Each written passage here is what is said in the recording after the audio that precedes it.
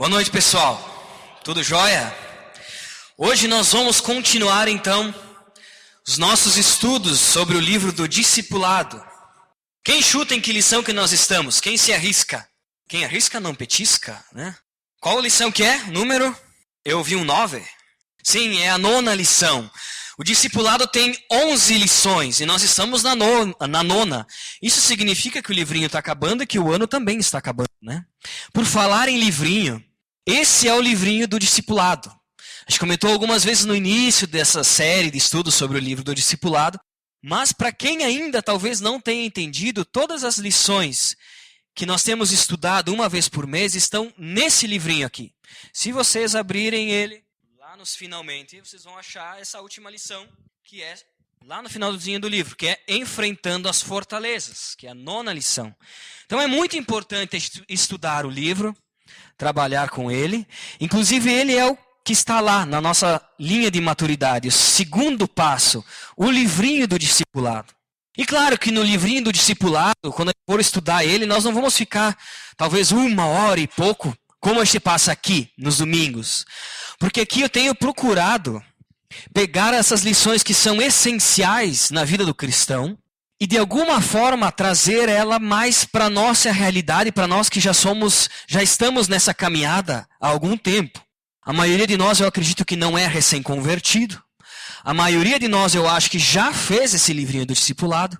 Mas eu confesso para vocês que sempre depois de um estudo desses, o meu mês fica abalado. E não é nem antes, é depois. Porque quando eu começo a me deparar com o livrinho, começo a puxar os versículos para estar aqui, passando esse tempo juntos e refletindo sobre aquela lição que quer nos dizer. E tá, tudo bem, a gente prepara o material, mas depois do domingo, depois aqui da edificação, que daí o Espírito Santo começa a mexer em mim, começa a mexer, eu acho que também deve mexer em vocês, e não me deixa quieto. Sendo que esse livrinho eu já fiz na salinha do... Acho um tempo que a minha mãe ela dava aula para mim, que eu estava no berçário, então vocês fazem ideia quanto tempo faz, né? Mas a palavra de Deus ela é sempre viva e ela se renova na nossa vida. Por isso que é importante a gente estar estudando novamente. E hoje nós vamos falar, mais uma vez, sobre o principal fato que nos separa, nos distancia ou que nos difere de Jesus, que é o pecado. É o pecado. Se nós não tivesse pecado em nós, talvez Cristo não precisasse nem ter morrido lá na cruz. Porque Cristo morreu lá na cruz para pagar o preço do nosso pecado. Para que nós tivéssemos acesso novamente a Deus. Deus não consegue se relacionar conosco por causa do pecado. E nós já abordamos essa questão sobre o pecado em algumas lições mais para trás, lá no início do ano. Se não me engano, deve ser a 2ª ou 3ª lição do livro do discipulado. Mas hoje nós vamos falar mais em específico sobre como enfrentar as fortalezas. E a gente vai entender o que é essas fortalezas. Fortaleza não é uma das capitais do Brasil e nem também umas muralhas gigantes, mas a gente vai tentar entender um pouco melhor o que isso significa. Mas novamente nós vamos nos confrontar com a santidade de Cristo e o padrão elevado que Ele espera para a nossa vida, quem nós somos, a nossa natureza carnal, pecaminosa, que tende a pecar. Novamente nós vamos falar sobre isso hoje, mas que possa existir transformação, que não entre por um ouvido e saia pelo outro, mas que o Espírito Santo de Deus possa estar mexendo também no nosso coração para que a gente entenda essas verdades e que haja mudança. Que a gente caminhe realmente para uma direção que leve mais à semelhança de Cristo. Fecha teus olhos, abaixa tua cabeça. Tenha algum tempinho com Deus. Talvez hoje tu não tenha ainda orado ou conversado com Ele ainda. Mas entrega o teu coração para Deus e abre Ele. Pede para que Ele te acalme. Que Ele possa estar traduzindo todos os versículos, toda a palavra que nós vamos ler hoje. Para que realmente não seja algo distante, mas que isso seja para que haja transformação em cada um de nós. É um privilégio poder ouvir a Deus. É um privilégio poder abrir a palavra dEle e ouvir o que Ele tem a nos dizer para nós. E Ele fala com cada um de nós de modo especial e particular, único. Por isso abra teu coração diante de Deus. Pai, como nós cantamos até agora, o Senhor é um Deus grandioso, o Senhor é um Deus maravilhoso. O Senhor é um Deus que tem transformado a nossa vida dia após dia. E se não fosse pelo sacrifício do teu filho, Senhor, nós não estaríamos aqui tendo um acesso direto até ti. Pai, eu sei que tu não podes se relacionar com o pecado que muitas vezes existe em nós. Por isso eu te peço que o Senhor esteja nos ensinando como resolver essa questão nessa noite. Que por meio da tua palavra nós possamos ser instruídos a entender o que o Senhor quer e o que o Senhor deseja da nossa vida, Senhor. Que nós possamos também entender como não alimentar os nossos desejos, a nossa vontade carnal, mas viver uma vida que reflita o caráter de Jesus. É isso que eu te peço essa noite, Senhor. Em nome de Jesus é que eu oro. Amém. Amém, pessoal. Então, vamos falar novamente sobre o pecado. Seria muito estranho se estranho é até assustador, se a gente visse algum adulto, 20 e poucos anos, que ainda não tivesse aprendido a caminhar com as próprias pernas. Seria muito estranho.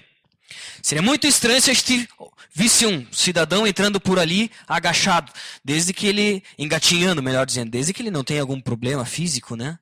Mas muitos cristãos ainda são assim. É tão estranho tu enxergar para ele, porque ele já conhece a Bíblia há 20 e poucos anos, já deveria ser um adulto, conhecedor da palavra, mas ele ainda engatinha em relação ao pecado.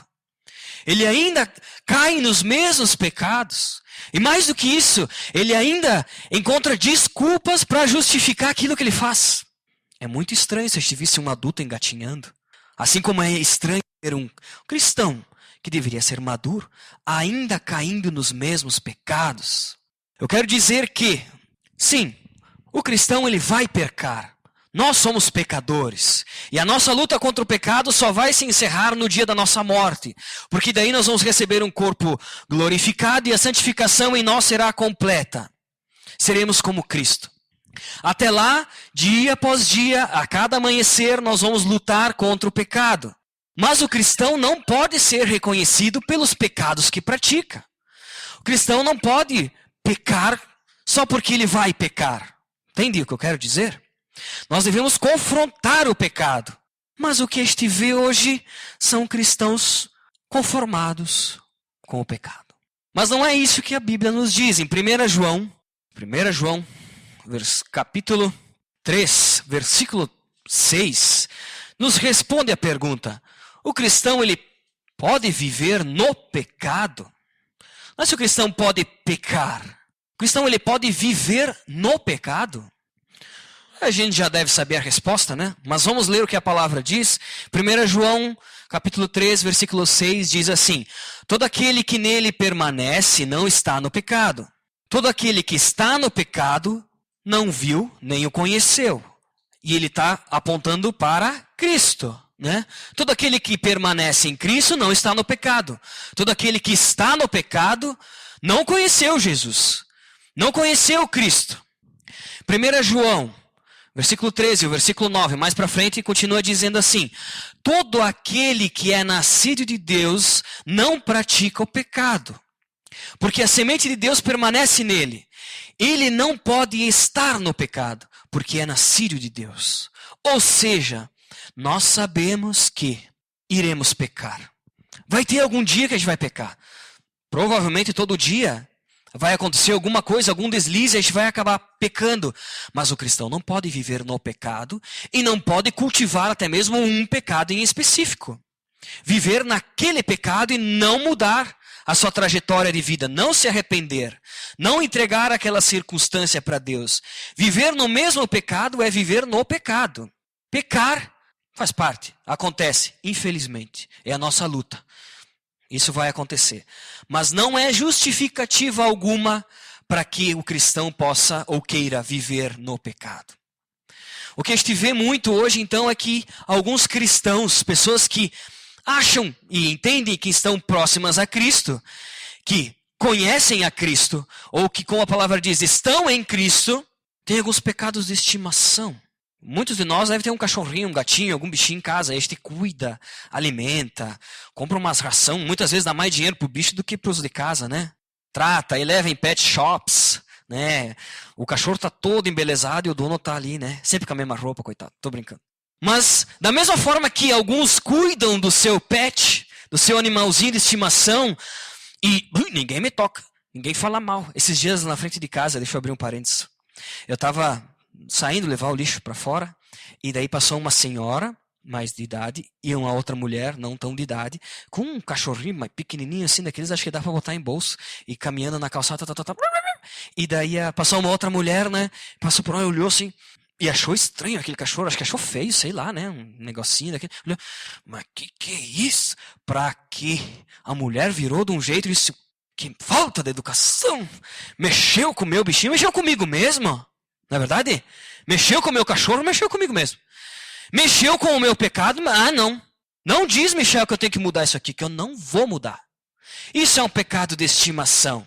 Já faz parte. Já está tão difícil de parar de fazer aquilo que é o que eu sou. Inclusive, eu acabo até sendo reconhecido por esse pecado, então não me faz mudar.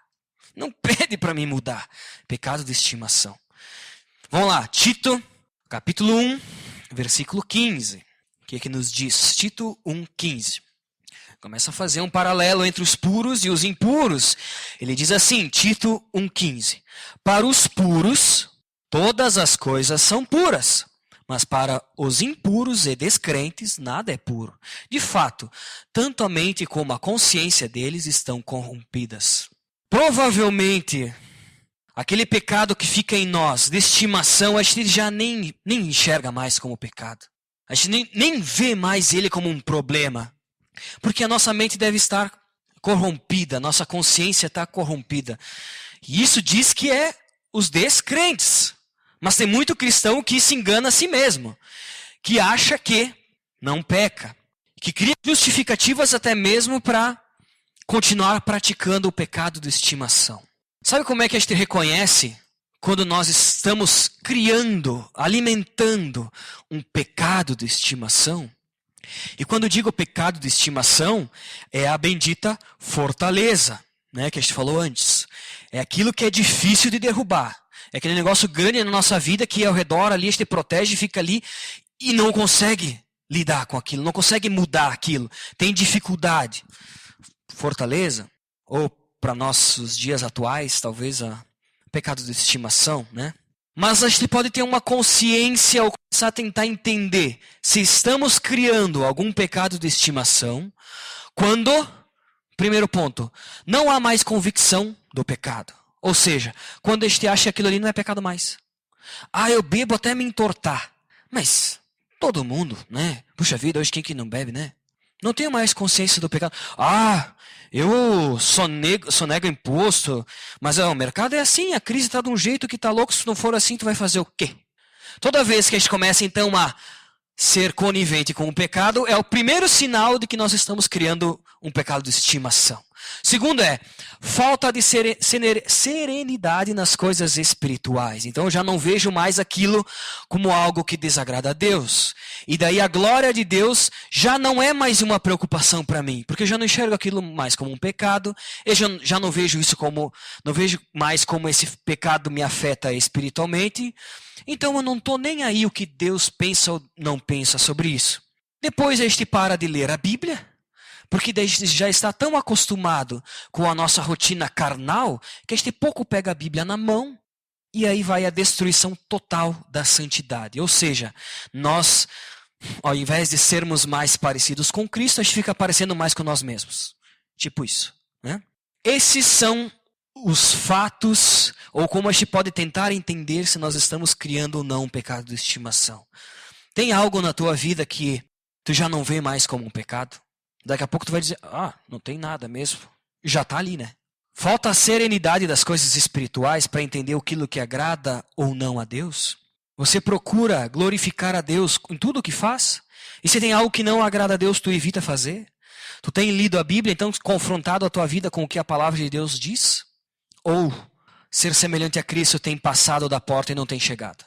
Se alguma dessas perguntas for positiva, então provavelmente você está criando um pecado de estimação, algo que pode te afastar ainda mais de Deus. Vamos para o Novo Testamento, Hebreus, capítulo 3, versículo 12 e 13. Vamos ler alguns versículos que falam a respeito do pecado. Hebreus 3, 12 e 13. diz assim: cuidado, irmãos, para que nenhum de vocês tenha o coração perverso e incrédulo, que se afaste do Deus vivo. Pelo contrário, encorajem-se uns aos outros todos os dias, durante o tempo que se chama hoje, de modo que nenhum de vocês seja endurecido pelo engano do pecado.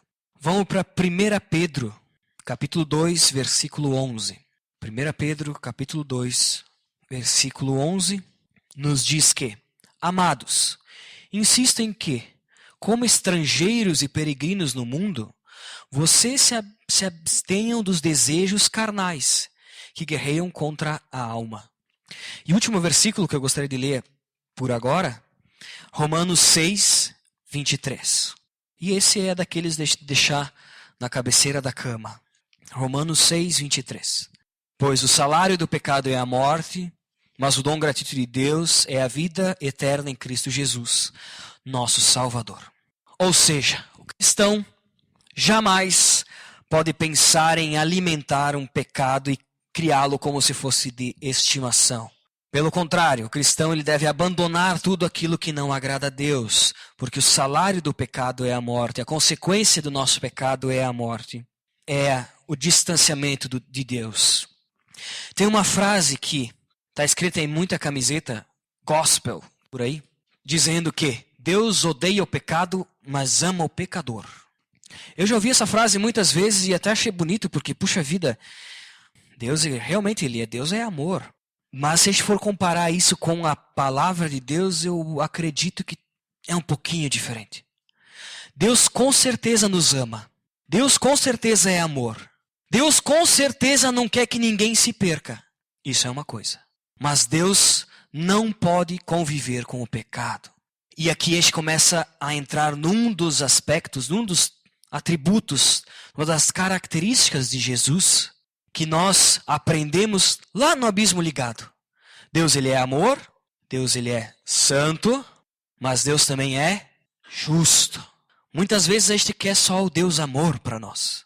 Muitas vezes a gente quer o Deus que passa a mão na nossa cabeça. Muitas vezes a gente quer o Deus que resolva os nossos problemas. E a gente só percebe e quer estar perto de alguém que nos ama. Mas a gente até deixa de lado um pouco a questão de que Deus é santo e não pode conviver com o pecado. E mais do que isso, ele é justo. Então, nós, tudo bem, pecamos, mas temos Jesus como nosso intermediador entre Deus. E por meio de Jesus, Deus pode se relacionar conosco. Mas aquele que peca, aquele que não está em Cristo e que está no pecado, não sei se Deus ama, mas a justiça dele também prevalece. É isso que nós vemos em alguns versículos, como Salmos 5, capítulo 4, Salmos 5, versículo 4 e 5, nos diz que tu não és um Deus que tenha prazer na injustiça. Contigo o mal não pode habitar. Os arrogantes não são aceitos na tua presença. E aqui uma palavra muito forte. Odeia todos os que praticam o mal. Vamos mais para frente em Salmos, capítulo 11, versículo 5 até o 7. 11, 5, 7. O Senhor prova o justo, mas o ímpio, a quem ama a injustiça, a sua alma odeia. Sobre os ímpios ele fará chover brasas ardentes e enxofre incandescente. Vento ressecante é o que terão, pois o Senhor é justo e ama a justiça. Os retos verão a sua face. Ou seja, se não for por Cristo, nós não temos como ter um relacionamento com Deus. Quando Deus está nos olhando, Ele segura a ira dele com uma mão. Ele fica olhando para o Michel, fica olhando para nós, e Ele segura a ira dele com uma mão, porque Ele está vendo Michel pecador por meio do sacrifício de Cristo. E todo aquele que acredita em Cristo tem perdão pelos seus pecados. Ele segura a justiça dele, porque senão não sobraria nada de nós. Entende? Deus ele é amor, ele não quer que ninguém se perca, mas ele também é santo e não pode se relacionar com o pecado. Mas o amor dele é tão grande que ele enviou o filho dele para morrer por nós, para que nós pudéssemos então ser perdoados da consequência do nosso pecado.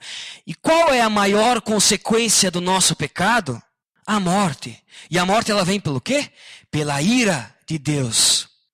A principal consequência do nosso pecado, tudo bem, é nos afastarmos de Deus, pela santidade dele e o nosso pecado. Mas por estarmos afastados dele, a Bíblia diz que a ira dele prevalece.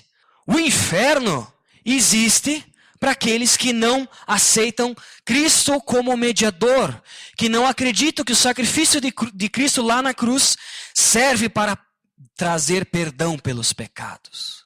Deus ele segura a ira dele por amor a Cristo, por amor a nós, mas por meio de Jesus. Se não houvesse Jesus, pum, você foi. Ou seja, Deus ele não pode, em essência, se relacionar com alguém que é pecador, a não ser que essa pessoa esteja em Cristo. Só para se entender a parte da justiça de Deus e também a questão da ira de Deus. E quando eu falo ira, e nesse versículo que diz até que Deus odeia aqueles que praticam o mal, claro que o ódio e a ira de Deus não é como a nossa. Quando a gente vai falar sobre isso, é muito fácil a gente comparar a ira de Deus com a nossa. Só que a nossa ira, o nosso ódio é pecaminoso. A nossa ira, o nosso ódio muitas vezes parte do nosso coração egoísta. Então a ira de Deus ela é completamente diferente à nossa. Não se pode comparar. Mas, só para se entender o problema do pecado. Não é algo que a gente pode conviver com isso. Porque isso realmente não agrada a Deus. Não tem como, não agrada a Deus. Então, nós somos salvos da ira de Deus, né? Romanos 1, versículo 18 nos fala isso. Vamos abrir nesse versículo, Romanos 1, 18. Fala novamente sobre essa questão da ira de Deus contra a injustiça e contra o pecado. Romanos 1, 18 diz: portanto, a ira de Deus é revelada do céu contra toda impiedade e injustiça dos homens que suprimem a verdade pela injustiça. Então, nós somos salvos da consequência do nosso pecado, que além de, por consequência, nos afastar de Deus, o principal temor que nós deveríamos ter é a ira de Deus. Nós somos salvos da ira de Deus. Então, será que, mesmo estando em Cristo, nós lemos até agora que é impossível aquele que está em Cristo viver no pecado, se agradar com o pecado, porque isso não satisfaz a Deus de nenhuma forma. Aquele que não está em Cristo e é pecador, Deus não tem nem como se relacionar com ele. Só prevalece a ira. Mas, será que nós realmente não temos pecado? Ou não temos vivido em algum pecado em específico? Tem algo que nós estamos caindo dia após dia e não estamos nem se dando conta? Uma vez, naquele estudo sobre o pecado, como vencer o pecado, uma das primeiras lições do livrinho do discipulado, eu mostrei uma lista de pecados que a Bíblia fala. Vou ler de novo essa lista, para talvez ficar um pouco mais claro. E a gente tentar entender se tem alguma coisa disso que está entre nós e Deus, e está caindo, criando isso de estimação. Adivinhação, adultério, arrogância, avareza, bebedice, calúnia, ciúme, cobiça, concupiscência, contenda, corrupção, desonra, desobediência, dolo, engano, escândalo, feitiçaria, fofoca, fornicação, fraude, ganância, heresia, homicídio, homossexualismo, idolatria, infidelidade, inimizade, iniquidade, injustiça, intriga, inveja, ira, luxúria, maldade, maledicência, malícia, mentira, murmuração, orgulho, paixão, preguiça, profanar, prostituição, roubo, traição e vaidade. Tem algo que mexe no teu coração quando a gente lê algum desses pecados? Tem algo que realmente está te deixando perturbado porque não tem como vencer? Parece que não tem como se livrar disso? Só tem um jeito de a gente abandonar um desejo carnal que a gente sabe que não satisfaz a Deus. É declarar guerra contra o pecado. E essa é a parte violenta do cristianismo. A parte violenta é porque nós temos que declarar guerra contra o pecado. E quando eu digo parte violenta, porque não é declarar guerra contra o nosso vizinho, contra a nossa esposa, contra os nossos filhos. Não é declarar guerra contra o nosso chefe, mas é declarar guerra contra nós mesmos. Nós precisamos guerrear contra a presença do pecado na nossa vida. Nós não podemos aceitar. E quando a gente pensa em guerra, lembrando de soldados numa guerra, ele fica talvez até alguns dias sem dormir, sem se alimentar direito, mas ele fica pronto para qualquer coisa. Ele já está pronto, mesmo que esteja cansado. Assim também deve ser nós, na nossa luta contra o pecado. Nós devemos estar atentos a qualquer mínimo ruído que faça com que a nossa carne deseje desobedecer a Deus. Nós devemos guerrear contra o pecado, contra aquilo que não agrada a Deus. Que muitas vezes a gente tem percebido são cristãos, num célula, num discipulado, andando para lá e para cá e se queixando, dizendo, puxa vida, a minha vida está difícil, minha família não está legal, meu trabalho não está legal, está assim, assado. A gente escuta muita murmuração nesse sentido, mas a gente não escuta, por outro lado, as pessoas dizendo que estão em luta, guerreando contra o pecado. É mais fácil a gente escutar, tu vê só, eu sou assim, esse vício que eu tenho não dá para abandonar. Olha, meus filhos são assim, fazer o quê? Olha, estou sempre em dívida, né? É mais fácil ouvir isso do que ouvir alguém dizendo, eu estou lutando para não pecar mais. Eu estou lutando contra esse vício. Eu estou guerreando contra os meus desejos de comprar mais do que eu posso pagar. Precisa ficar bem claro que o cristão, sim, vai acabar pecando. Mas o pecado na vida do cristão, ele é um mero acidente. Ele não pode acontecer de uma forma, uma atrás da outra. Não pode. Um cristão verdadeiro precisa estar em guerra contra o pecado todos os dias. O cristão verdadeiro não pode ser conhecido pelo pecado que pratica. Lá vem o mentiroso. Lá vem o ladrão. Aquela empresa lá do cara lá, Lá vem aquela que não sabe educar os seus filhos. Lá vem aquela que fica fofocando. Não dá para falar nada porque essa aqui, ó. Lá vem aquele que está devendo para todo mundo. Tu viu? O cristão vai pecar. Mas o cristão não pode viver no pecado. Não pode ser conhecido pelo pecado que pratica. Se alguém te chama pelo que tu faz, tá feio o negócio. Tá bem feio o negócio. Nós precisamos guerrear contra o pecado. Declarar guerra contra o pecado. Todos os dias. Abandonar aquilo que não agrada a Deus. Porque Deus, ele não pode conviver com o pecado. A gente sabe que isso desagrada a Deus. Mas como lutar contra o pecado, então? De uma maneira bem prática, de uma maneira bem acessível, de uma maneira que eu gostaria que todos nós estivéssemos fazendo diariamente, de uma maneira que não tem como ficar dúvida como lutar contra o pecado. Primeiro ponto, leia a Bíblia. E isso a gente pode entender em Salmo 119, versículo 11. Vamos abrir ali. E se você não tem um devocional para essa semana, se tu gostaria de estar orando por essa questão, decore esse versículo.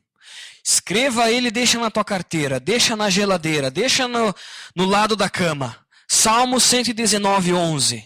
Porque diz assim, guardei no coração a tua palavra para não pecar contra ti.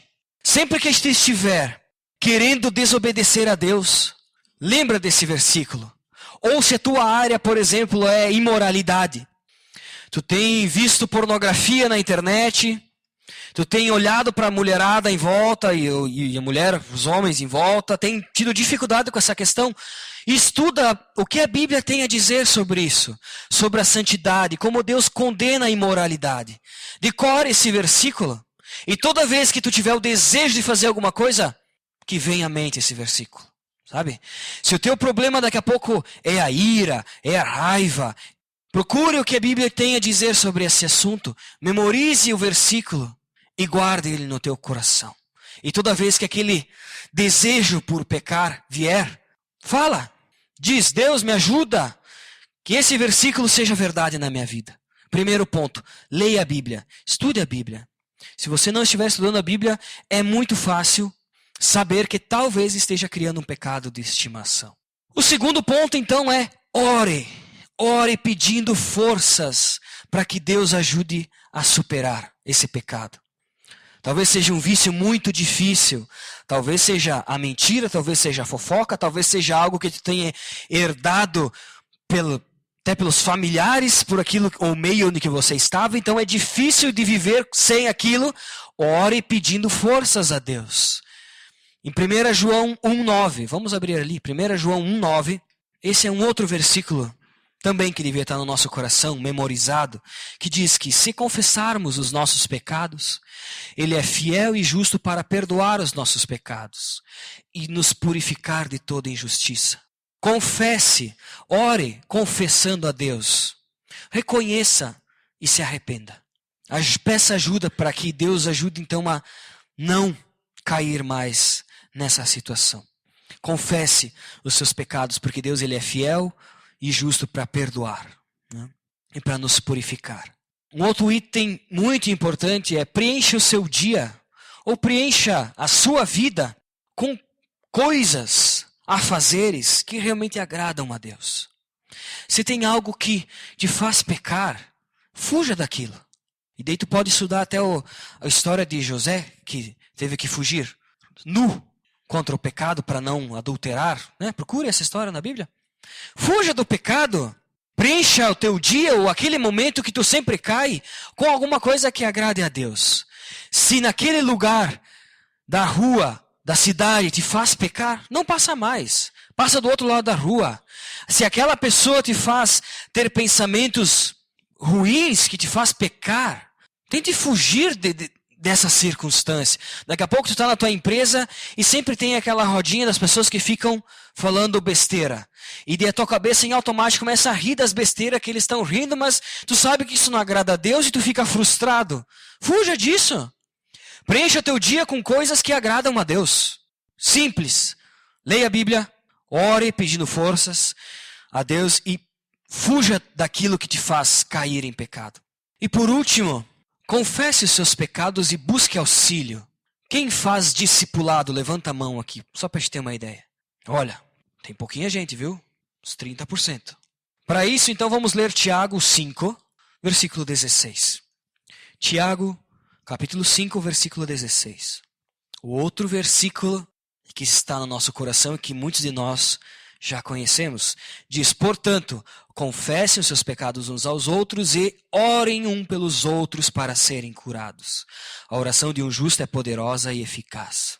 É muito difícil nós sermos semelhantes a Cristo sozinhos. É muito difícil nós abandonarmos um pecado de estimação sozinhos.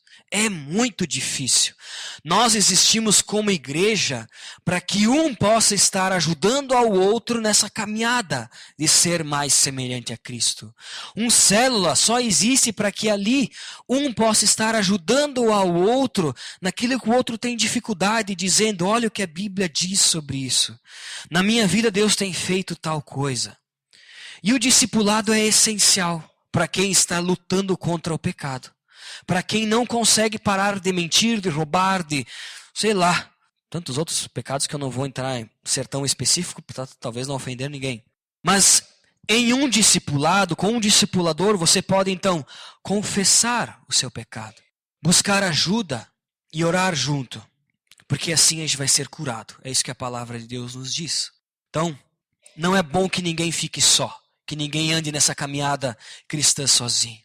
Por isso que é importante estar na igreja, estar no célula, mas também fazer discipulado, andar junto com alguém. Eu não sei como está a sua luta contra o pecado. Eu também não sei quais são os pecados de estimação que você tem enfrentado. Eu não sei, talvez não tenha pecado de estimação, mas tem aquele que é difícil e que é mais doloroso para não pecar. Mas eu sei que Jesus pagou o preço por esse pecado. E por meio do sacrifício de Cristo lá na cruz, nós temos vitória sobre qualquer pecado. Não há pecado que Cristo não possa nos ajudar a superar. Porque o desejo dele para a nossa vida é que nós sejamos cada dia mais santos, cada dia mais puros, cada dia mais parecidos com o caráter dele, sem pecado. E essa é a nossa luta constante. Vamos abaixar nossa cabeça e novamente conversar com Deus?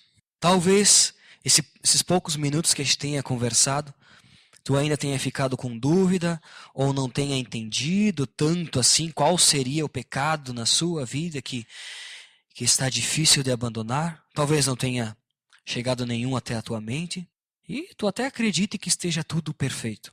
Mas eu desafio a cada um de vocês, a cada um de nós, que nós tenhamos esse desafio de pedir para que o Espírito Santo de Deus esteja sondando o nosso coração a partir de agora. Que a partir desse momento nós possamos ter um coração sensível para aquilo que não agrada a Deus. Que nós possamos, a partir desse momento, declarar guerra contra o pecado que quer habitar em nós. Que nós possamos estar com os ouvidos preparados para qualquer sinal de pecado invadindo a nossa vida. Assim como o dado que nós estejamos preparados sempre para guerrear contra o pecado. Pai, eu entrego a Ti o nosso coração, o meu coração, e peço que o Senhor esteja sondando e revelando a nós tudo aquilo que não Te agrada, Senhor. Eu sei que nós temos pecado, eu sei que nós vamos lutar contra o pecado até o nosso último respiro aqui na terra, Senhor. Mas eu sei que a Tua palavra diz que o Senhor abomina o pecado e aqueles que praticam o mal, Senhor. Pai, nós não queremos ser conhecidos pelos pecados que nós praticamos, mas nós queremos ser conhecidos por sermos semelhantes a Cristo. Por isso o Senhor esteja mostrando a cada um o que tem Te desagradado, Senhor. O que precisa melhorar. Nós não somos perfeitos, Pai, longe disso, mas queremos caminhar na Tua direção, queremos ter um relacionamento íntimo contigo e queremos resolver tudo aquilo que pode nos afastar de Ti, Senhor. Eu Te agradeço porque a Tua palavra é viva e mesmo falando sobre um assunto que nós conhecemos, entendemos, mesmo assim o Senhor nos chama para que a gente viva num padrão ainda mais elevado, Senhor, de santidade. Nos ajuda, Pai, a não nos conformarmos com a nossa vida como está. Nos ajuda, Senhor, a não sermos cristãos enferrujados, cristãos que conhecem versículos, que conhecem aquilo que não Te agrada, mas que não praticam aquilo que realmente Te agrada, Senhor. Pai, que haja uma transformação sincera na nossa vida. Que Teu Espírito esteja nos confrontando e então mostrando tudo aquilo que há em nós de ruim que não pertence a Ti, Senhor. Nos ajuda, Pai, a sermos cada dia mais semelhantes a Cristo, a não alimentarmos nada que não Te agrada, nenhum pecado de estimação, a não criarmos fortaleza, Pai, na nossa vida. Muito pelo contrário, que nós possamos colocar e entregar tudo diante da cruz de Cristo e pedir perdão, Senhor, se arrependendo. Nos ajuda a sermos assim, a sermos conhecidos como pessoas que buscam e querem melhorar a cada dia e não conhecidos pelos pecados que a gente pratica. Que isso não ocorra na nossa vida, Pai. É que eu Te peço e Te entrego em nome de Jesus. Amém.